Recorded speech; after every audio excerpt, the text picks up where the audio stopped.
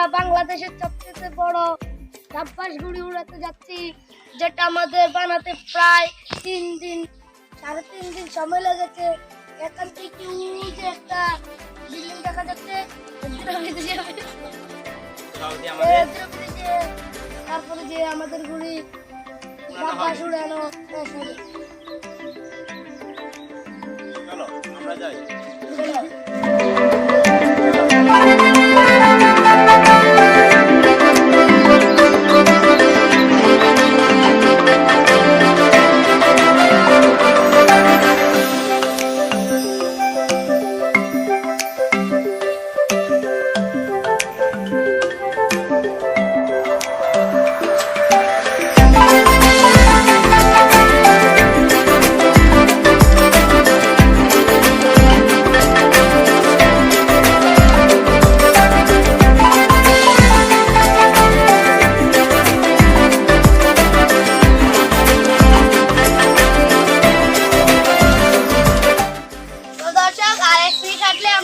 আমাদের গন্তব্যে চলে যাব।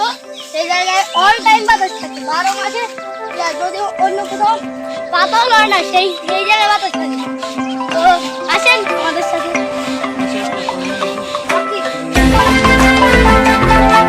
দর্শক, আমরা আমাদের গন্তব্যে চলে এলাম।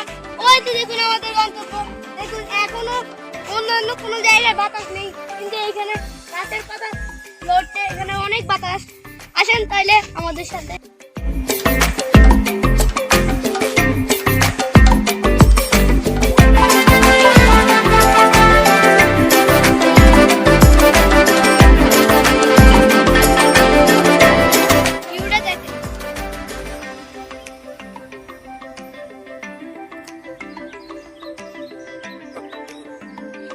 অন্যান্য দিনের তুলনায় আজকে একটু বা কম, একটু বলতে অনেকটাই কম।